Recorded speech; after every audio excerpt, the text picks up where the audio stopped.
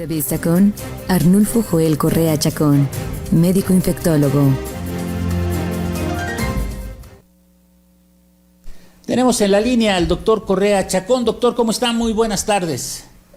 Salud, muy buenas tardes a todos los radioescuchas. Gracias por tomarnos la llamada para platicar. Ya está próximo el Día Mundial contra el SIDA, VIH-SIDA, y saber si hay avances científicos, si hay estigmas todavía contra la gente que padece esta enfermedad.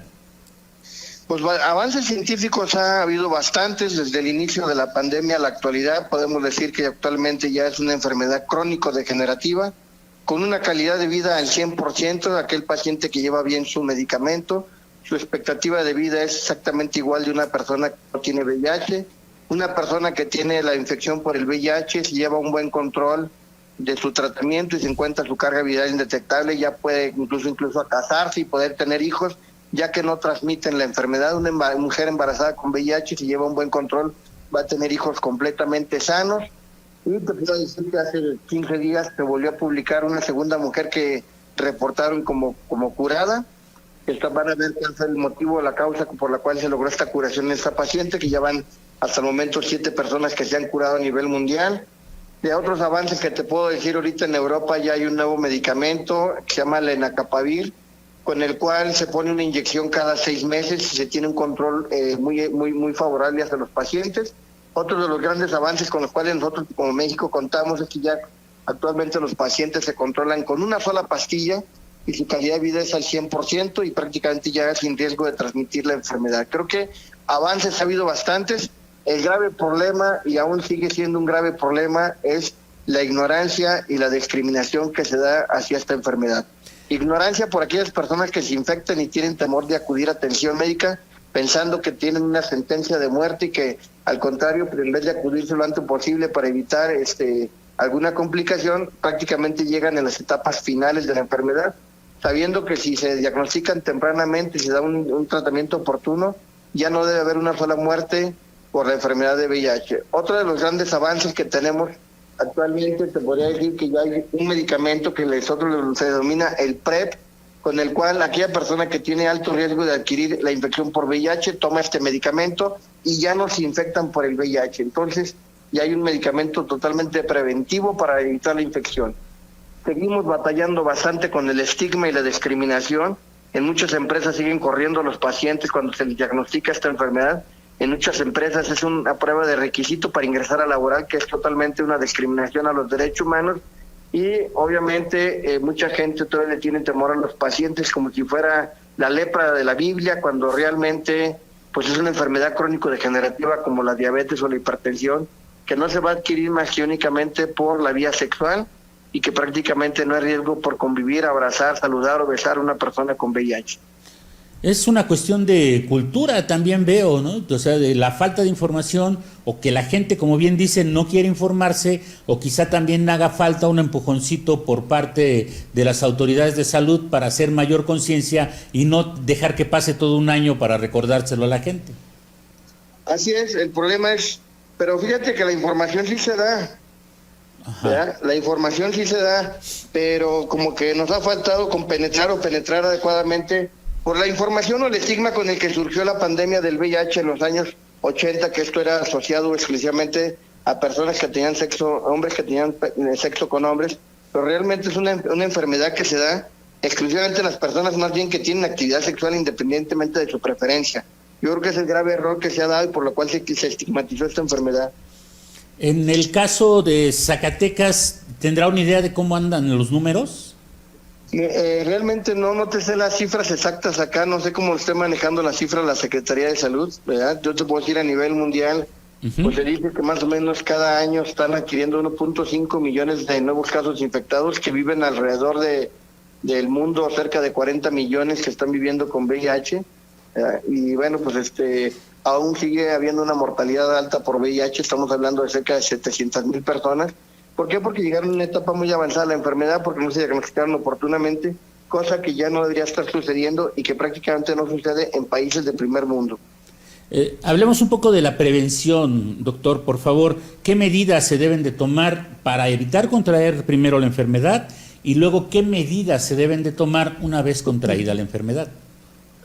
Mira, prácticamente las personas de alto riesgo para adquirir el VIH, dijéramos, donde está concentrada más alta la epidemia, es hombres que tienen sexo con hombres, mujeres transgénero, usuarios de drogas intravenosas, aquella persona que tuvo una enfermedad de transmisión sexual los últimos 6 meses, alguien que tuvo sífilis, gonorrea o algo, se la está jugando y está en riesgo de adquirir el VIH, aquellos que tienen una pareja serodiscordante donde uno de los dos tiene VIH y personas que se dedican a la venta de sexo.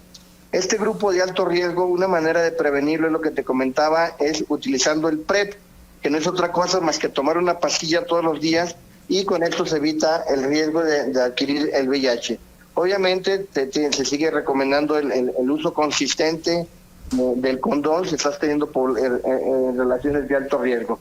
Básicamente son las medidas de protección y las personas infectadas, pues el acudir lo antes posible, hacerse pruebas. Todas las personas que tenemos sexo, dijéramos actividad sexual, deberíamos de hacernos una prueba mínimo cada año. Y las personas que tienen alto riesgo tendrían que hacerse mínimo 2 pruebas al año. Entonces todas las personas que tengamos sexo, o toda mujer embarazada, tendría que hacerse mínimo una prueba al año y la mujer embarazada 2 veces durante el transcurso de su embarazo para evitar la transmisión perinatal en caso de la mujer embarazada y las personas de riesgo para que hagamos un diagnóstico oportuno y se pueda incluir a un tratamiento adecuado. En el caso de la pastilla que me menciona, ¿esta es de venta libre? ¿Se tiene que recetar? ¿Cómo se adquiere? Bueno, el tratamiento para el PrEP es un tratamiento que tiene disponibilidad tanto la Secretaría de Salud como los pacientes que tienen Seguridad Social, IMSS o ISSSTE, y se otorga a través del primer nivel de atención en la consulta médica. Hay que ir a consulta médica y pedir que lo ingresen al programa de PrEP y se les otorga el medicamento gratuitamente. Entonces ahí sí no hay excusa. No hay excusa, simplemente es que la gente quiera atenderse para prevenir la infección por el VIH. Y del otro lado, la cuestión de el estigma que hay, porque decía que todavía hay empresas, aun cuando es ilegal despedir a pacientes con VIH, en este sentido, ¿cuál sería la recomendación para el enfermo y para la empresa para demostrar que no existe riesgo alguno en el caso de que una persona con el virus trabaje en empresa? Bueno, si una persona llega a ser discriminada laboralmente, yo creo que esta persona tendría que meter una denuncia ante la CONAPRED y obviamente una excusa ante las autoridades laborales precisamente para que se sancione a las empresas o las áreas laborales donde estén realizando este tipo de acciones, ¿verdad? Incluso para que se puedan llegar incluso hasta clausurar las empresas si continúan con este tipo de actos. Entonces, yo creo que aquí aquella persona que sufra un tipo de discriminación laboral tendría que acudir inmediatamente a estas instancias para meter una denuncia y hacerlo público para que realmente logremos evitar este tipo de discriminaciones. Y a las empresas hay que decirles que no pasa nada por contratar personas que tengan esta enfermedad. Sabemos que es una enfermedad crónico-degenerativa ya como la diabetes o la hipertensión y que no pasa absolutamente nada por convivir o compartir incluso con una persona que tenga VIH en nuestro ambiente laboral. También preguntarle en ese sentido, ¿cómo lograr una mayor penetración en los grandes grupos de personas para que quede muy claro esto? Porque de pronto no se sabe que pasó de ser una enfermedad mortal a una enfermedad crónico-degenerativa, que lo único que requiere son los cuidados adecuados.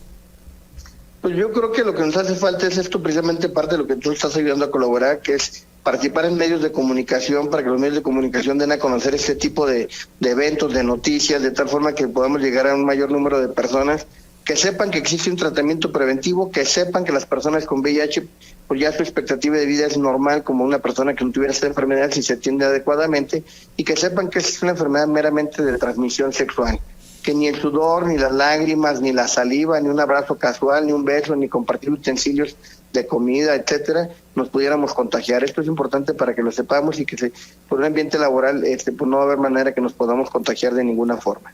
Digo, porque me cuesta trabajo creer que todavía existan tantos mitos alrededor del VIH luego de 5 décadas o casi 5 décadas de que se surgiera el primer caso de esta enfermedad.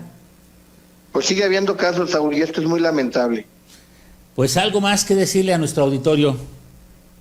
Pues que ojalá y tomáramos conciencia tanto en la prevención como en el diagnóstico oportuno y que toda persona que tenga vida sexual activa se haga mínimo una vez al año una prueba de VIH de cuarta generación, que son las pruebas actuales que son altamente confiables. Estas pruebas, me surge la duda, ¿son de reactivo o son de una prueba de sangre que requieren días para entregar los resultados? Es una prueba rápida que se hace con una gota de sangre y que ya se encuentran, como son pruebas de tamizaje que se encuentran en cualquier lado y que se utilizan para las campañas de prevención. Mínimo una prueba de estas que una vez al año sería suficiente, y te digo, con esto lograríamos ya un control adecuado de la pandemia del VIH. Vamos, así que es como cuando se mide uno el azúcar, un pinchazo en el dedo. Exactamente igual. Para que quede claro. Son pruebas de cuarta generación que tienen una alta sensibilidad y especificidad a favor del diagnóstico. Pues le agradezco mucho, doctor, que nos tomara la llamada. Saúl, buenas tardes. Gracias, buenas tardes. Pues ahí están las recomendaciones médicas. Hágase el tamizaje cuando menos una vez al año para descartar toda probabilidad, y que es una enfermedad crónico-degenerativa. Yo creo que esta es la parte central de todo el asunto. Ya es muy complicado, salvo que no siga usted su tratamiento debido, y que tenga cuidado en sus relaciones sexuales para evitar cualquier contagio.